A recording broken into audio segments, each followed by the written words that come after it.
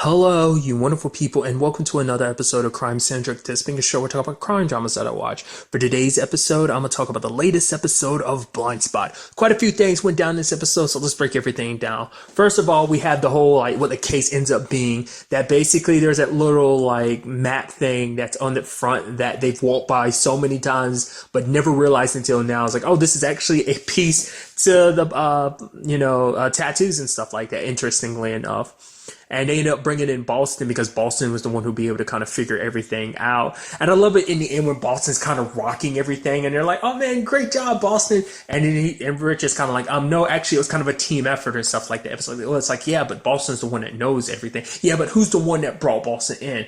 And he's like, that's me. And then you have Kurt being like, but I thought you said it was Patterson's idea. And he's like, well, I lied. Just because he gets so jealous the entire episode because Boston is getting welcomed by everyone and just been like, oh, Reed's like, oh, why don't we just get you working for us? Ha ha. He brings scones for everybody to eat. And then you have Kurt being like, why don't you ever bring snacks for us? And it's just kind of like, Boston is so smart, cool. I even love the fact is that Patterson was super reluctant against the idea at first because even, you had Rich being like, oh, what if we brought Boston in? Come on, thousands of people could die, or are you just that against Boston being here? And she pauses and he's like, Patterson, she's like, I'm thinking about it. It's like that your hate for him, or rather disdain for Boston, because they've always had their little back and forth, which I love. But even she in this episode kind of like, man, he's actually not as annoying. He's actually pretty awesome in no regard. And him doing the whole fist bump thing and everything, and just pissing off Rich more and more to the point that he ends up him and Boston kind of compete at the end to find out who could track down the hit squad that's on its way, or at the very least that's being sent there to Jane and Patterson's location. Because it turns out that whole tattoo situation is connected to oh man, this is connected to that secret offshoot of the NSA that Naz was a part of. But it turns out, actually, no, everything he was saying was total and 100% BS, because it turns out he's actually a Russian spy named Boris, and all of that was set up. This network was set up to kind of draw in other spies who've been kind of planted all over the place. Because he was talking about it was a group meant to gather information from different agencies and stuff like that, so we can move past all the red tape and bureaucracy. But that was the excuse. It was just for Russian spies to kind of work together to get some information out there. Is kind of what that ended up all being about. Now, what's really interesting is the fact is that Jane was trying to take advantage of this situation by going. Obviously, she messed with Patterson's medicine so that Patterson was asleep the entire time. And that whole series of events shows you how cold-blooded Remy is, because in a sense of the fact is that she set it all up oh, give me the flash drive where all the black sites are at. I thought it was going to be interesting because I thought legitimately at the end of it all, I was thinking Boris is probably going to get away. What's most likely I thought was going to happen is eventually the team's going to find out he got away, tracked down his wife, killed his wife, because it's oh, you betrayed me, you defected, and now I'm just going to, I thought, something along those lines, maybe kidnap his daughter so that they can be reunited after all this time. Turns out that's not the case, because when the time came, Jane gave the nod to Kurt just to blast him, even though she was like, oh, don't worry, you're going to make it out of this. It's that just shows you who the difference between Jane and Remy. Jane would have probably tried to make it so no, you can get out of this, would have tried to be a little more compassionate in the situation. Even him, it's not immediately wanting, because she couldn't take the chances that obviously he speaks about because if anything went wrong, there's a chance he would have talked about their deals, and she couldn't take that chance of him letting it slip that oh, she's pretending to be working with the FBI and everything. So that's why she had to make sure that he got taken out. So. And like I said, just shows you how cold-blooded she is. She's even very snarky, the way she snaps at people and stuff like that. Because Boston was making some remarks, and then he was talking about, oh, look at you, your hair, you got this whole different aura about you, almost kind of being like, oh yeah, it kind of fits you, real nice look on you. Then there's the whole situation. She had that whole conversation with Kurt, because Kurt's kind of being very protective of her and everything, and she's like, he's like, I saw you taking pictures of stuff. She's and lame excuse of no, my memory's just kind of bad, so because I'm having trouble remembering things. He's like, oh, you should have come to me. Remember any signs of anything? Come to me. The fact of the matter is, you shouldn't be doing this. And she's like, really? You're saying that, considering the fact is, look at your condition, and you're still up here trying to go into the field and everything, and you're trying at least I'm not trying to call you out in front of our friends and everybody at work and stuff like that. So it's like, oh, like it's, because it makes Kurt feel bad, and that's just like her digging into him. I think that's a little bit of that Remy bite that came out when she's supposed to be Jane and everything. Like, like the facade, it cracks bit by bit. Also, I love this other thing too about like the whole Rich, and kind of going back to it really quickly because it flashed in my mind was Rich and Boston situation of how like he was like, oh, you want anything? Because it's like at first it's kind of like, ooh, making an excuse to have your ex back, but then I think the competitive side of Rich kind of like took away the romance angle of like, oh, having your ex back in the building trying to swoon over because it's like, oh, we want this and that. It's like, oh, look all the resources we got here. We even got like these minions who could do stuff for us, talking about the people in the lab. And one of the dudes look at him and Rich kind of looks back and I'm like, ugh, I love that. But also at the end where he's like, oh yeah, I'm sorry, because I'm up here, crazy thinking you're trying to take my job. And Boston's like, oh yeah, I am trying, like 100% trying to take your job. And I kind of feel like I could probably do it and actually take it. He's like, so that's something I think we can be looking forward to in the future, him popping up, because it's like, oh yeah, the team pretty much loves me. I can do your job better than you. Everyone likes me better than you. So yeah, because I guess it's better, it's a cozy situation because you can kind of still be you. You get out, you kind of have a little fun, and you being a criminal, you get to kind of play that criminal side of yourself, but in a more lawful sense. So like I said, it's a lot of fun. He sees the life Rich is leading because of it. So I wonder how much of that is just him saying that to mess with Rich, but I think on some level, just with his demeanor and things, like, yeah, he probably 100% means that. And there's the whole, like, Roman and Remy talking situation of, like, oh, yeah, we need a hacker with questionable morals. I'm assuming they were referencing Boston. I mean, I'm sure they could say Rich, but Rich is too tight with the FBI now. Like, they probably have to go to Boston to kind of get the rest of the data about the black sites and stuff like that to try and find their mom.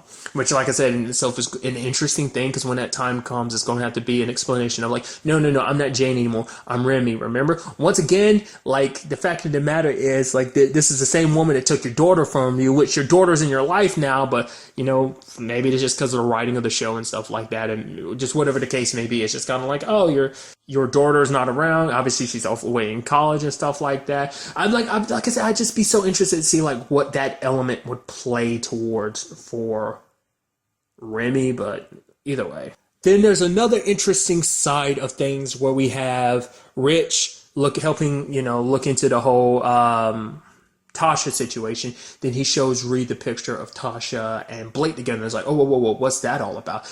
Reed being who he is, immediately wants to kind of look, and be like, oh man, there must be something up with this situation. Tasha must be coerced. They didn't look like someone was being coerced in that picture. It kind of looked like a casual meeting, but perception and stuff like that.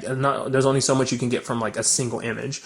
But then you even had Rich throw it out there kind of like, oh, what if she's secretly like a double CIA agent or something like that, which I'm like, ooh, Rich, you figuring that out. But it turns out, interestingly enough, Reed talks to Keaton later on, and Keaton's like, honestly, we have no idea what that whole situation is like about with Tasha. Like, why would she be with Blake? The fact of the matter is, he's like, the fact is that ever since she got fired from the CIA, like, the CIA kind of want to wipe its hands clean of her, and it's like, so he's keeping them at bay for now, which is interesting. Because to be fair, Keaton could be 100% lying, but this is what I suggested last episode. Her actions seem like someone who is going rogue for whatever reason. Like, I think this is a big caller. Maybe she thinks it'll get her job and her position back at the CIA, because outside of, like, she has nothing else outside of the CIA. She has her friends and stuff at the FBI, but she can't go back there. So it seems like everything, she's kind of, I don't know, like I said, unless Keaton's lying, or not less Tasha's reporting to someone even higher up than him. So it's hard to say, because Keaton's kept a lot of secrets, but even he's kind of apologizing because he feels like, yeah, Tasha wasn't ready and he pushed her, and maybe him pushing her to kind of fit into the CIA mode has kind of left her to be kind of like the morally gray person she is to a certain extent. Because you see a little bit of Tasha who was there before, but you also see the Tasha who kind of worked with the CIA, who's kind of willing to let anything fly. So it's hard to say which one is true in that regard. I am now at this point in time leaning more towards the whole she's going rogue. Hey, there's still the whole Keaton could be lying thing, like I said, but I'm more inclined to think it's her going rogue. Interestingly enough, the lawyer Crawford's lawyer pops up this episode. Did not see that. I was actually surprised because I brought that up. I was like, oh, like, I'm wondering, is she just on the run with the whole, like, oh yeah, Madeline taking over the organization and stuff like that, especially the whole Blake thing. And so, turns out she was in Stockholm. So Tasha shows up wanting all the information she has on the files and, Crawford's laptop and hard drive and stuff like that.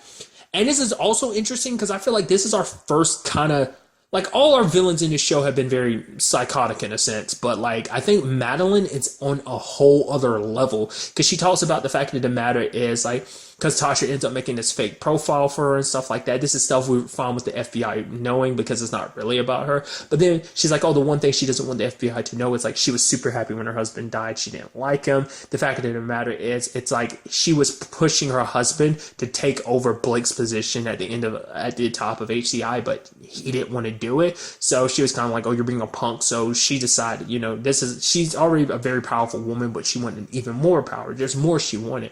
But the look on her face when she was like, oh yeah, this huge smile on her face saying like, man, the look on my husband's face when he found out that I was the one who did that, when he realized it, he felt more in the last seconds of his life than he did the 20 years when you were married. And just like I said, super sadistic smile. I'm like, she's crazy because you could tell she even scares Tasha to a certain extent because it's like, holy crap.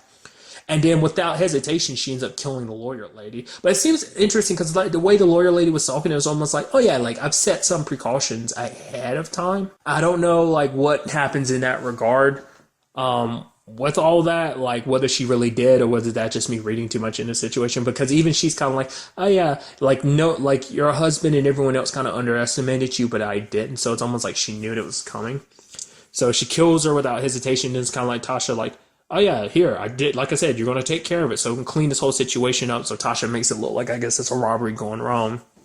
But then finds out that her daughter was in there and just tells her to hush and leaves. Because she knows if Madeline finds out, Madeline's probably going to want that little girl dead. And it's just like, yeah, Tasha can't live with that. Like I said, she's allowing certain things to happen because, like I said, this isn't just because she's okay and like, oh, she's going all Roman and stuff like that. It's like, no, she's going super deep undercover, working this whole situation. Because, like I said, Madeline knew about her being FBI, didn't know about the whole CIA thing because a lot of that's super, super off book. That's why I'm kind of like, the fact is you can hide so much like that, mommy, it's the CIA anyway, but that's why I'm kind of like, they must be lying on that front too, but it's like, no, maybe you just have the resources you do. Like, I feel like Tasha's not the type of person, I mean, I guess she could outsource a lot of that stuff, so to have the resources she does to come up with Madeline's fake profile for the FBI to find, so I have no idea. We do have Rich telling Reed that Tasha's name was on the manifest, and now it turns into the situation of like Reed not wanting to believe it because it's like it's a Crawford. You never know about that thing, which is 100% true, but you can tell Rich is kind of worried because he feels like Reed might be in a little bit of state of denial, but so. And then there's also the whole Jane situation, Remy situation, because it's like, yeah, Patterson's not going to stop until they find out who Dalton was trying to contact, because it's like, oh, this is the last key to Sandstorm, might as well wipe that out. So then Remy's starting to think, if I just kill Weller, then I won't have to worry about him breathing down my neck as much because of this recent circumstance. He's going to stick to her like glue, so she won't be able to do what she needs to do, especially because she's in the process of trying to track down and break her mom out, along with many other things, also trying to find a cure for herself with the whole caches that Roman left behind. So she's thinking to herself like, oh, I'm going to kill him, but even Roman inside of her head being like, are you sure you can do that? The fact of the matter is, and she's like, yeah, I can, and he's like, oh, he figured it out, because he's like, oh, what's behind your back?